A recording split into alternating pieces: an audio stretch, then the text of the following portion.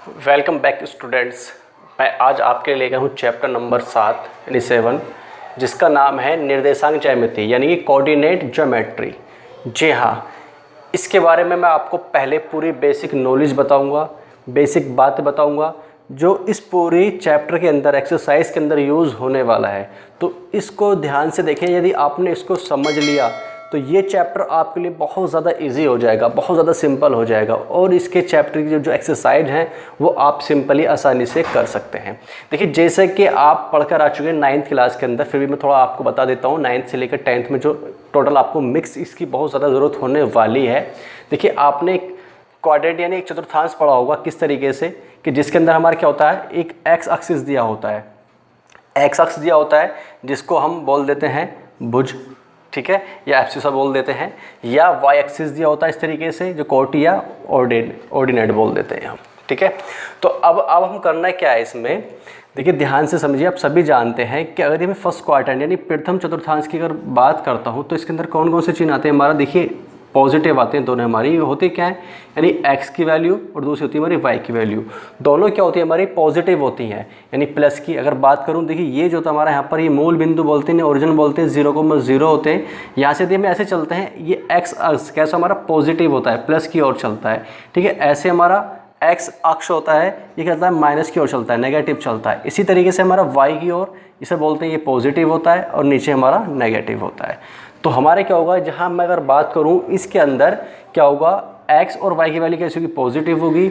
और यदि यहाँ बात करूँ तो हमारा x माइनस का चला तो माइनस, ठीक है, और हमारा y कैसा होता है पॉजिटिव होता है।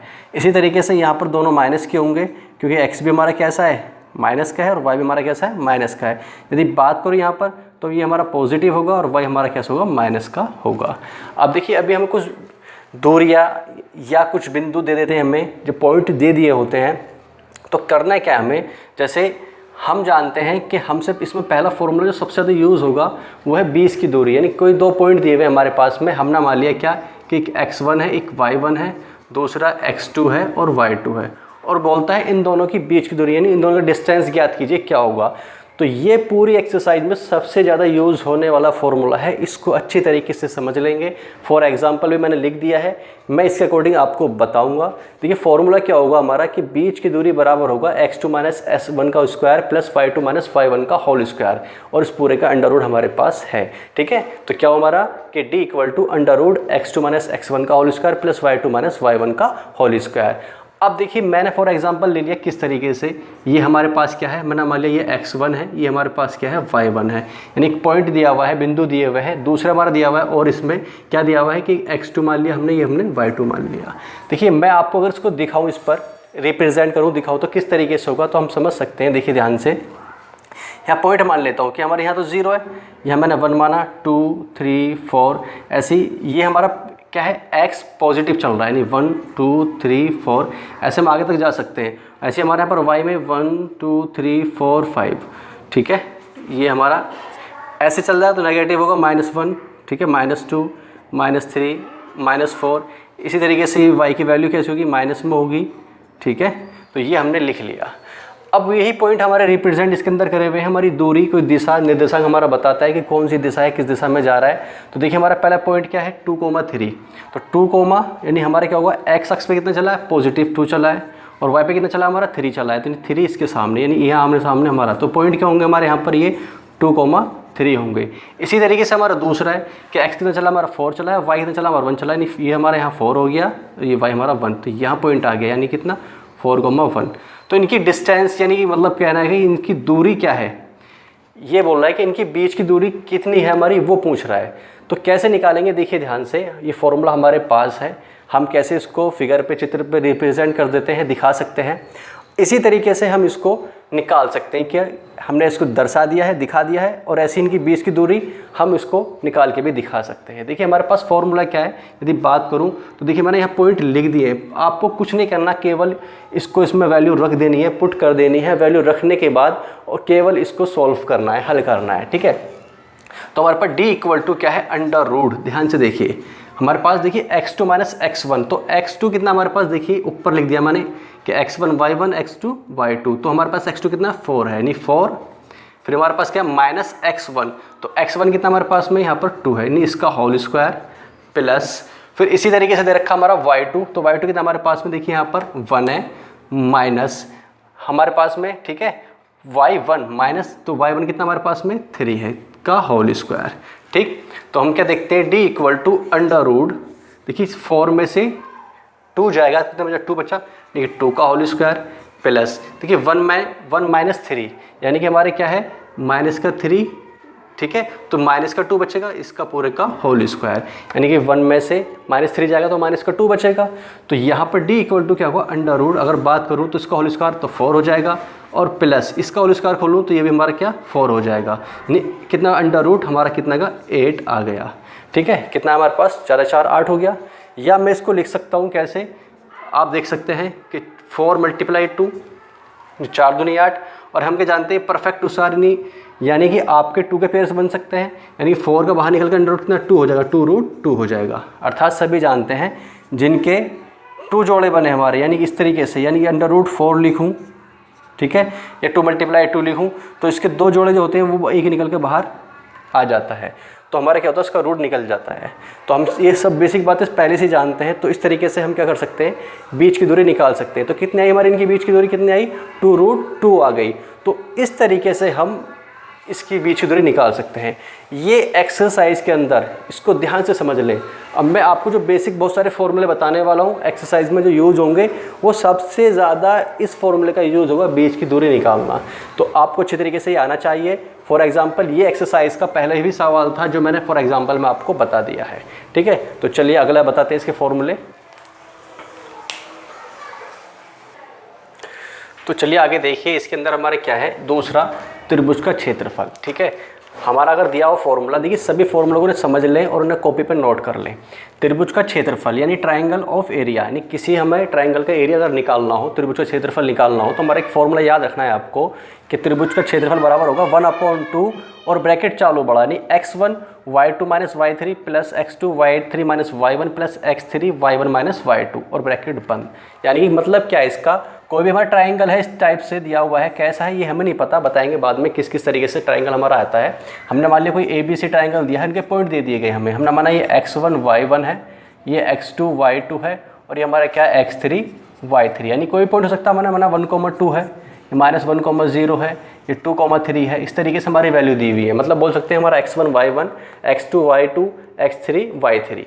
करना कुछ नहीं है इसके अंदर, केवल हमें यहाँ से जो x1 y1 और x2 y2 x3 y3 की सबकी वैल्यू इसके अंदर पुट कर लेनी है और उसके बाद सोल्व कर लेना है। अब हमारा कोई भी एरिया त्रिभुज का क्षेत्रफल हो सकता है निकल कर आए, 2√2 आ जाए, सभी सोल्व कर कराया था, 0 आ जाए, ठीक है, कुछ भी आ सकता है हमारा, एवरीथिंग हमें नहीं पता क्या है, हमने माना -1 आ जाए, तो जो भी हमारी वैल्यू आएगी वो त्रिभुज का क्षेत्रफल होगा। त्रिभुज का क्षेत्रफल निकालते हैं, उसकी वैल्यू हमारी कुछ ना कुछ आती है, 2√2 आए, -1 आए, 0 भी आ जाए कोई नहीं, त्रिभुज क्षेत्रफल पहली बात तो 0 तो आएगा नहीं, इसमें कुछ भी आएगा हमारा, ठीक है, -2 आ गया, 2 आ गया, कुछ भी आ सकता है इस तरीके से हमारा। लेकिन जब भी हमारा संरेख की बात करेगा और हम त्रिभुज का क्षेत्रफल यूज़ करते हैं, केवल यही फॉर्मूला यूज़ करेंगे, और यदि जब भी संरेख कहेगा तो याद रखना है तो त्रिभुज का क्षेत्रफल हमेशा 0 आएगा। क्या आएगा, यदि संरेख है तो क्या होगा, त्रिभुज का क्षेत्रफल 0 आएगा। और यदि हमसे कहता है कि बीच की दूरी का फॉर्मूला यूज़ करके निकालिए, तो आपको कोई भी 3 बिंदु दिए होंगे, हमने माना कि इस तरीके से 1,2 या दूसरा भी दे दिया -1,0 और यहाँ पर 2,3। तो क्या करना है हमें, हम क्या करेंगे कि AB plus BC equal to AC, यानी पहले निकालेंगे AB की बीच की दूरी, इन दोनों की बीच की दूरी निकालेंगे इस फॉर्मूले से, फिर प्लस BC की बीच की दूरी और इक्वल टू क्या AC, यानी ये पूरा हमारा AC यहाँ पर लगा देंगे, यानी कि इन दोनों की बीच की दूरी। तो हम सभी जानते हैं, यदि बात करूँ ये पूरा AC मेरा tan है, ऐसे समझ लीजिए थोड़ी देर के लिए, यदि मेरा AC पूरा tan है, तो यदि मैं बात करूँ तो AB हो सकता है 4 आए, 4 आए, 6 आए, 3 आए, कुछ भी मैंने माना 4 आया, ये हमारे पास कितना 6 आया, और यदि मैं दोनों को ऐड कर दूं तो कितना होगा, 4 और 6 10 हो जाएगा। यानी कि मतलब क्या है कि इसकी बीच की दूरी और प्लस इसकी बीच की दूरी क्या होगी, इन दोनों ने AC की बीच की दूरी के बराबर होगी। तो हमारा क्या होगा, संरेख कहलाएगा। ये कब यूज़ करना है, जब हमें संरेख यानी बीच की दूरी का फॉर्मूले से मस्ट कहे, उससे है निकालने के लिए बोले, और त्रिभुज का क्षेत्रफल, ठीक है, यदि हमें यदि हमसे क्या कहता है, यदि हमसे कहता है कि जब हम कब निकालेंगे इससे, जब हमसे बीच की दूरी का फॉर्मूला लगाने के लिए बोलेगा कि बीच की दूरी से इसको क्या संरेख है सिद्ध कीजिए। और जहाँ पर नहीं कहता है तो हम चाहे त्रिभुज का क्षेत्रफल लगाएं, क्या इसका लगाएं, हम किसी भी तरीके से निकाल सकते हैं। याद रखेंगे जब भी त्रिभुज का क्षेत्रफल से निकालेंगे तो हमारा डेल्टा क्या होगा, हमेशा 0 आएगा, और इसमें क्या होगा, दोनों की वैल्यूज ऐड करने पर इसके तीसरे के बराबर आएगी। ठीक है। इसी तरीके से देखिए हमारा ट्रायंगल होता है त्रिभुज, ये हमारे 3 तरीके त्रिभुज आते हैं। किस तरीके से मैं आपको बता देता हूँ। अगर हमसे कहता है त्रिभुज, ठीक है, त्रिभुज फाइंड कीजिए, हमसे कह दे यदि कि दिखाइए एक समकोण त्रिभुज है, देखिए हमसे बोल देता है समकोण त्रिभुज है, तो समकोण त्रिभुज मतलब क्या हमारा, ठीक है, हमसे कहता है जब राइट एंगल ट्रायंगल दिया हो, किस तरीके से हमने माना ये दिया हो इस तरीके से, यानी ABC, और समकोण मतलब होता है जिसका कोण हमारा कितना होता है, 90 डिग्री होता है।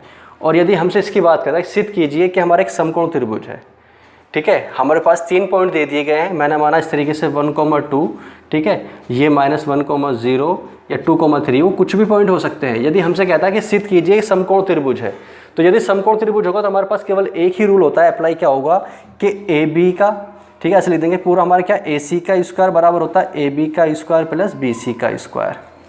अर्थात हम पढ़कर आ चुके हैं पाइथागोरस प्रमेय से कि जो हमारा जो कर्ण होता है वो किसके, आधार और लंब के दोनों भुजाओं के वर्ग के योग के बराबर होता है। तो मतलब AC का स्क्वायर बराबर होता है AB का स्क्वायर प्लस BC का स्क्वायर। तो आपको क्या देखना है, समकोण यानी बीच की दूरी का फॉर्मूला लगा कैसे निकालेंगे कि हमारा एक समकोण त्रिभुज है।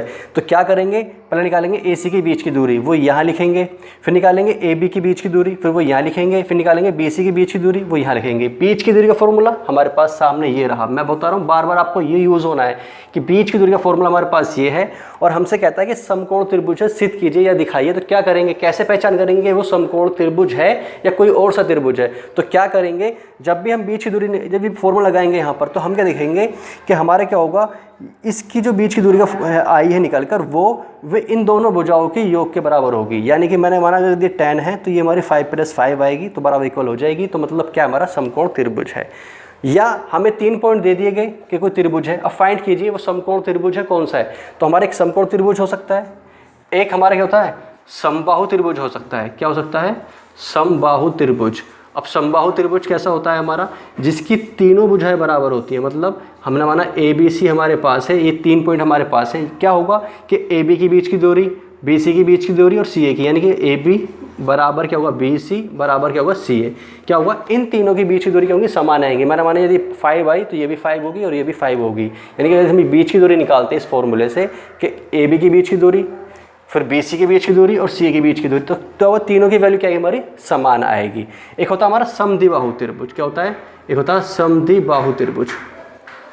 तो इस त्रिभुज के लिए क्या करेंगे हम, उसमें क्या होता है याद रखेंगे, इसमें हमेशा क्या होगा, 2 भुजाएं बराबर होंगी, तीसरी हमारी अलग होगी। मतलब यदि मैंने ABC लिख दिया तो क्या होगा, हमारे पास में जो 2 भुजाएं बराबर है कौन सी, AC बराबर BC, ये 2 तो बराबर आएंगी, और तीसरी हमारी जो AB वो क्या आएगी, अलग होगी। तो याद रखेंगे कोई सी भी हो सकती है, हमें नहीं पता, हमने पॉइंट आगे पीछे मान सकते हैं। तो इसमें क्या होगा, अगर समद्विबाहु त्रिभुज की बात करेगा तो हमेशा 2 भुजा बराबर होंगी और तीसरी अलग होगी। और समद्विबाहु यानी इक्विवेलेंट ट्रायंगल की बात करता है, इक्विवेलेंट ट्रायंगल, तो हमारा क्या होगा, तीनों भुजाएं हमारी क्या होंगी, बराबर होंगी। और समकोण त्रिभुज यानी राइट ट्रायंगल की बात करता है तो क्या होगा कि एक भुजा यानी एक साइड का जो स्क्वायर होगा बड़ी वाली का, हाइपोटेनियस यानी कर्ण का, वो क्या होगा, दोनों भुजाओं के, किसके, बेस के यानी किसके, और परपेंडिकुलर के यानी लंब और आधार के वर्ग के योग के बराबर होगा। तो इस तरीके से हम इसको पहचान कर सकते हैं कि हमारा कौन सा त्रिभुज है। कैसे करेंगे, बस तीनों पॉइंटों को हम निकाल लेंगे। क्या करेंगे, पहले AB, क्या करेंगे, AB के बीच की दूरी निकाल लेंगे, फिर BC की और फिर CA की, और इसके बाद निकालने के बाद देखेंगे कि हमारे पास 3 पॉइंट दिए गए हैं और वैल्यू रख के देखेंगे कि वो समकोण है, समबाहु है या समद्विबाहु है। तो इस तरीके से हम मछली आसानी से पहचान सकते हैं। अब जो बताने जा रहा हूँ आपको वेरी इंपॉर्टेंट, क्योंकि वो सबसे ज़्यादा यूज़ होने वाला है इस चैप्टर के अंदर, तो देखेंगे ध्यान से उसे। देखिए इसको, जो एक्सरसाइज के अंदर बहुत ज़्यादा इंपॉर्टेंट है। देखिए किस तरीके से इंपॉर्टेंट है आपको बता देता हूँ। मैं आपको बहुत ज़्यादा बेसिक एक्स्ट्रा नॉलेज दे रहा हूँ आपको, जो आपको अच्छे तरीके से समझ में आ जानी चाहिए। अगर आपको ये समझ में आ गई ना, तो मैं मानता हूँ कि आपने पूरे एक्सरसाइज पूरे ऐसे ही कंप्लीट कर लेंगे। बस एक बार मुझे आपको रास्ता दिखाना होगा और आप खुद ही चल पाएंगे। तो देखिए, अगर मुझे ऐसे 4 पॉइंट दे दिए गए, क्या A = B, C और D, इस तरीके 4 पॉइंट दे दिए गए, यानी 4 पॉइंट बिंदु दे दिए गए, और हमसे कहे कि प्रूफ कीजिए कि समांतर चतुर्भुज है, या पूछे बताइए क्या है, ये 4 पॉइंट दिए गए, तो हो सकता है वो हमारा क्या हो सकता है, वर्ग भी हो सकता है, आयत भी हो सकता है, यानी वर्ग मतलब स्क्वायर हो सकता है, आयत मतलब रेक्टेंगल हो सकता है, समांतर चतुर्भुज मतलब पैरेललोग्राम हो सकता है। क्या है, कैसे पहचान करेंगे? तो आपको याद रखना है कि देखिए 4 पॉइंट इस तरीके से रिप्रेजेंट हो सकते हैं। वर्ग कैसा होता है, मैंने स्क्वायर दिखा दिया जिसकी चारों भुजाएं बराबर होती हैं। आपको क्या याद रखना है, हम सभी जानते हैं स्क्वायर कब होता है, देखिए वर्ग कब होता है, जब इसकी चारों भुजाएं बराबर होती हैं। तो क्या करेंगे हम कि ए बी बराबर बी सी बराबर, यानी ए बी ये वाली साइड, फिर बी सी, फिर ये वाली सी डी और फिर ये वाली डी ए, है ना। तो सी डी बराबर डी ए, तो क्या होगा हमारे पास ये चारों जो साइडें हैं, तो क्या निकालेंगे, पहले निकालेंगे इन दोनों की बीच की दूरी। मैं आपको बता के आ चुका हूँ, जैसे x1 y1 x2 y2, ये बीच की दूरी फॉर्मूला बार बार यूज़ होगा आपका, बार बार यूज़ होगा, याद रखना अच्छी तरीके से आपको। तो क्या होगा हमारे पास में कि ए बी की बीच की दूरी, फिर इसी तरीके से x1 y1 x2 y2 मानेंगे, फिर बी सी की बीच की दूरी, फिर इस वाले की और फिर इस वाले की, यानी कि A B B C C D और डी ए। तो क्या होगी, दोनों हमारी सारी चारों भुजाएं कैसे होंगी, समान होंगी। और एक बात तो याद रखना है, लेकिन समान होने के बाद ये नहीं कि आपका ही स्क्वायर यानी वर्ग हो गया, नहीं, साथ में ये हमारे जो डायगोनल यानी विकर्ण होते हैं, ये विकर्ण भी दिखेंगे। मतलब विकर्ण कौन से, कि ए सी इक्वल क्या, बी डी, यानी कि ये चारों समान होंगे और ये दोनों समान होंगे, यानी इनकी वैल्यू इक्वल होगी, यानी इन चारों की वैल्यू इक्वल होगी और ये समान होगी। तो हमारा क्या होगा, एक वर्ग यानी स्क्वायर कहलाएगा, ठीक है। और यदि रेक्टेंगल होता है, पॉइंट हमें बिल्कुल सेम ऐसे निकालने, पर देखेंगे क्या, यदि हमारा हमने ए बी की बीच की दूरी निकाली, वो किसकी आई बराबर, डी सी के या सी डी के, डी सी बोले या सी डी बोले। इसी तरीके से हमने निकाली बी सी की बीच की दूरी, और किसकी आई, डी ए के इक्वल आई। तो ये जो हुआ हमारे पास, ये इसके सामने नहीं, आमने सामने की बजाय हमारी क्या होती है, जब समान होती हैं तो हमारा क्या होता है, रेक्टेंगल होता है, नहीं आयत होता है। और साथ में देखेंगे विकर्ण, यदि हमारा क्या होगा, विकर्ण भी क्या होगा, यदि हमारा विकर्ण भी समान आता है, यानी ए सी बराबर सी डी के या डी सी के बराबर आता है, यानी ये हमारी क्या होती है, आमने सामने की भुजाएं, और उनके विकर्ण डायगोनल अगर समान आता है तो हमारा क्या आएगा, आयत यानी रेक्टेंगल कहलाएगा। और तीसरी बात, यदि हमारे क्या हुआ, आमने सामने की बजाय तो समान आ गई, यानी ये जैसे हमारे निकाली थी कि A B equal D C और B C equal D A, और हमारा क्या हुआ, उनका डायगोनल जो है, यानी कि क्या हमारा ये वाला, ये अगर हमारा समान नहीं आता है तो हम क्या करेंगे, ये समान यानी नॉट इक्वल टू बराबर, यानी कि मतलब कहने का ये है कि मैंने माना कि इसकी साइड कितने, 5 इक्वल टू 5 आ गई, ये 6 इक्वल टू 6 आ गई, और ये हमारी 4 इक्वल टू 5 आई, तो बराबर नहीं होगा, यानी कि हमारे ये बराबर नहीं होगा। तो मतलब है, अर्थात हम कह सकते हैं कि हमारा समांतर चतुर्भुज है, यानी कि हमारे पास पैरेललोग्राम है। कब है, जब हमारे पास ये आमने सामने भुजाएं तो बराबर होंगी, लेकिन उनका डायगोनल समान नहीं होगा, तो हमारा पैरेललोग्राम कहलाएगा।